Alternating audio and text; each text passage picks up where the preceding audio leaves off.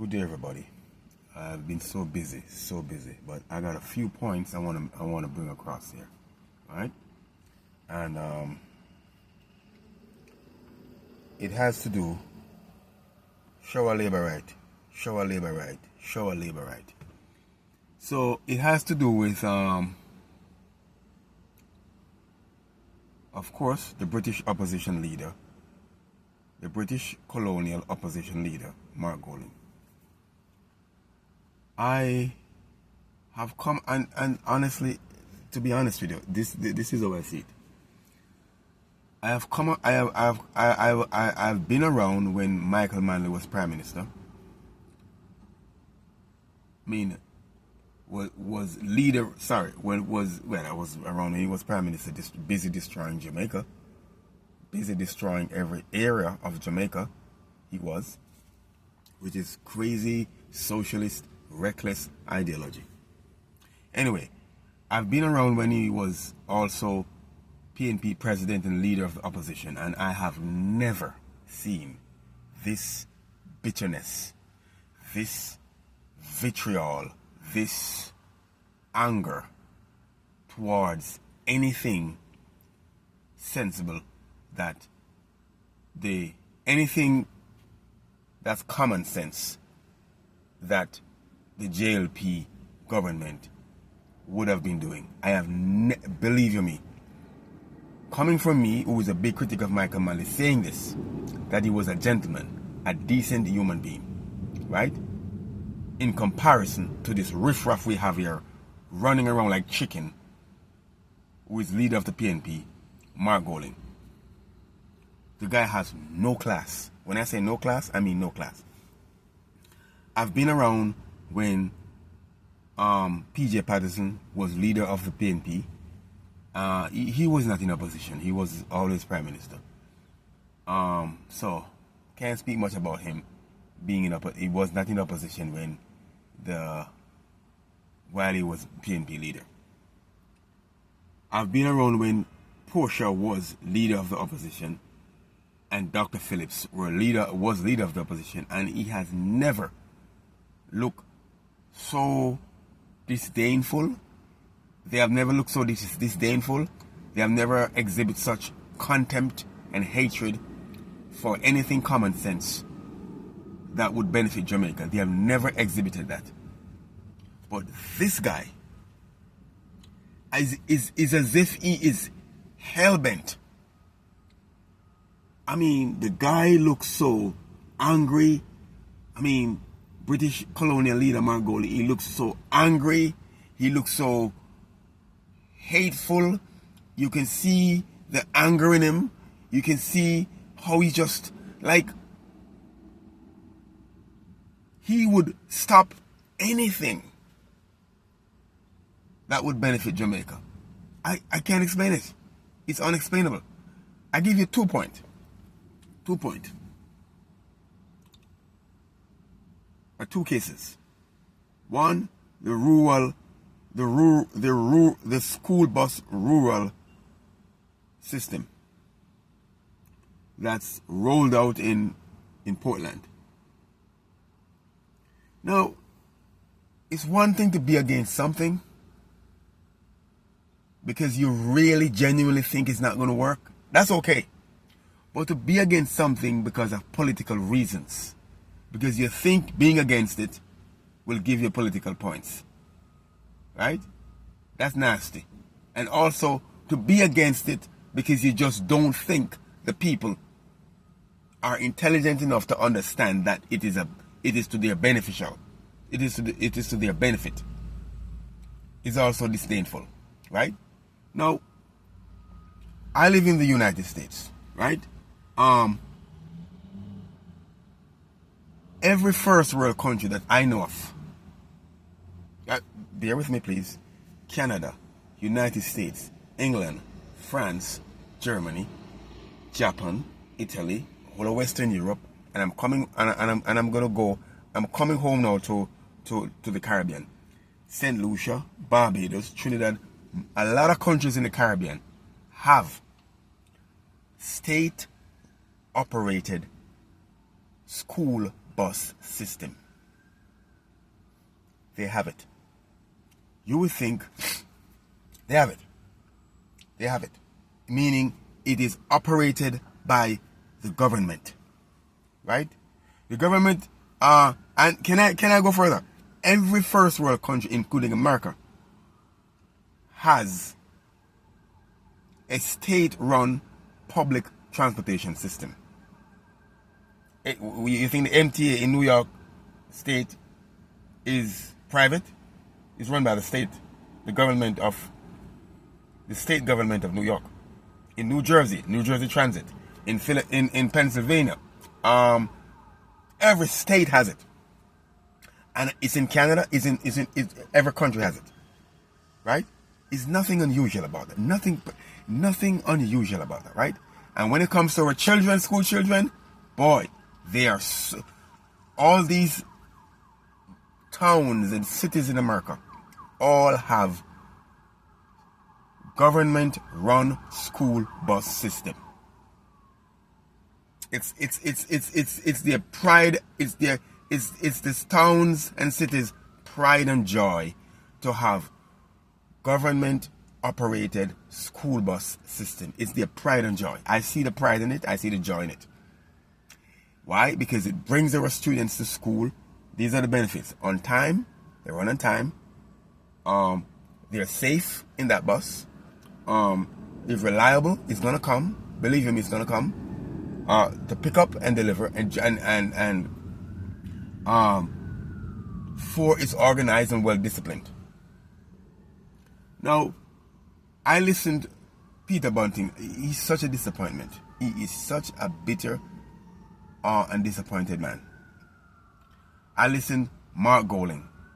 I listened Mikhail Phillips. Right? The anger and the bitterness I hear coming from their voice, dismissing the rural school bus system as old buses. 100 old buses. I heard one of them said, right? I heard the British white man said it. Mark Goling. That it's 100 old buses. And his plan is to give taxpayers money to taxi operators and cabbie drivers, right? And 20,000 kids are going to be enrolled and all that foolishness, right? Now, you are going to take a bunch of dysfunctional, disorganized, unruly, unlawful, unreliable taxi operators and cab drivers to bring our children to school.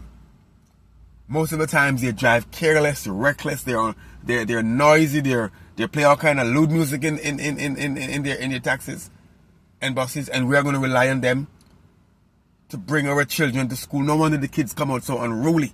Well, not entirely the reason, but no wonder it adds to it, right?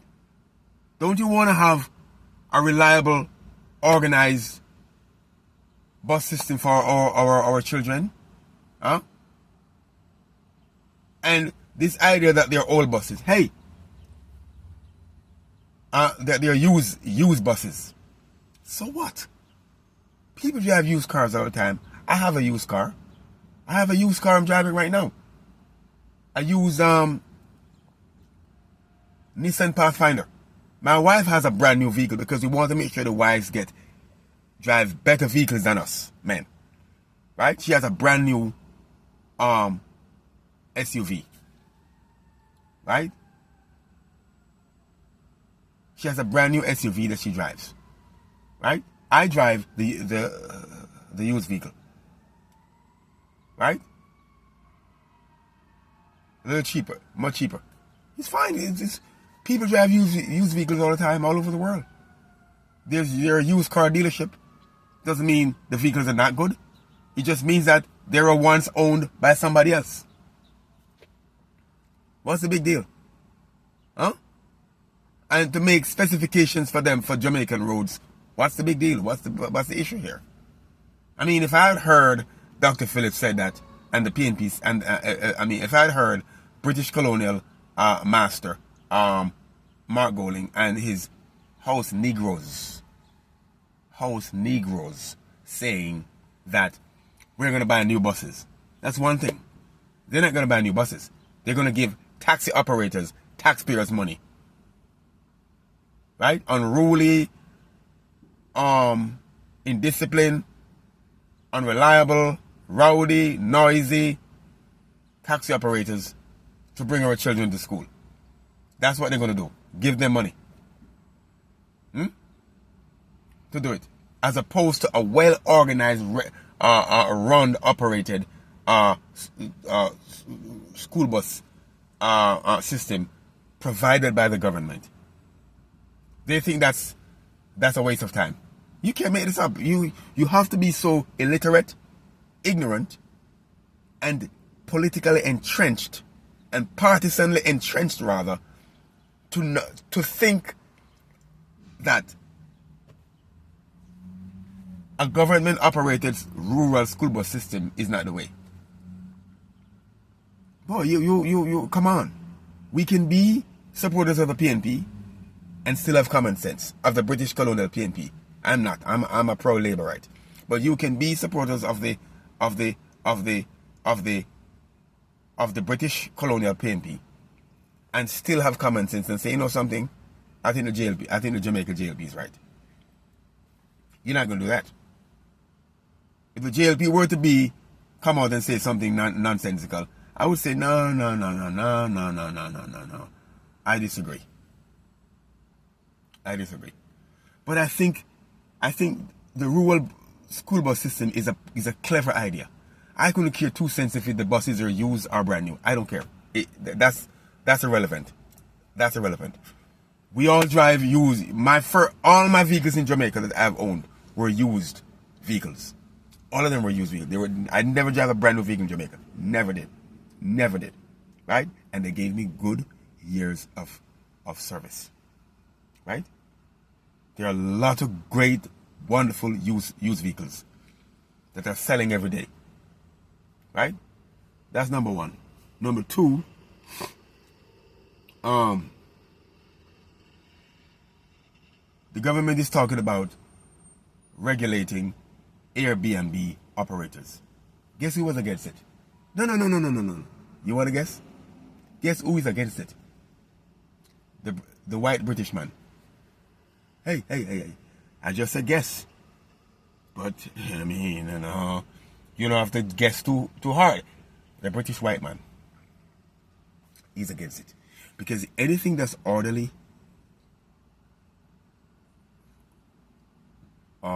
regulated, and reliable, and just decent, and for the benefit of Jamaica, the British white man is going to be against it. Just like how he is against the rural transportation bus system.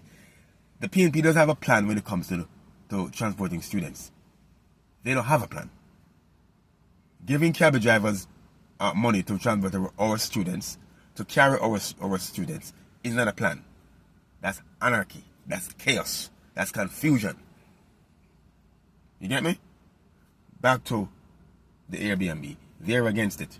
Because anything that's orderly and decent and lawful and it's going to benefit Jamaica, the British colonial party and their British colonial master, Mark Golding, are against it. Just like how they were against this ZOZO, Zones of Special Operations, and States of Emergency across Jamaica, they were against it because it was going to benefit Jamaica, and it ended up benefiting Jamaica because murders have reduced. Crime has reduced by over 40%, including murders. Over 40%. Right? So anything that's going to benefit Jamaica, you rest assured you can bet on it. The white British man, Mark Golding, and the British colonial PNP are going to be against it. They're going to be against it, my friend. They're going to be against it, bro. Okay? You can bring that to the bank. Bring it to the bank. One other matter. Everett Warmington used expletive on a platform a couple of weeks ago, and the entire media, including including the head of the fake media establishment in Jamaica, the Gleaner, came down hard at him. He apologized, but the British white man said use expletives on a political platform, and he apologized, but there were no outcry. There was no outrage from the fake news media in Jamaica. No, right? The House Negro, Dr. Dayton Campbell, even called for the arrest of Warmington. He never called for the arrest of his white colonial master, Mark Golding. He never did. Okay? So, labor rights,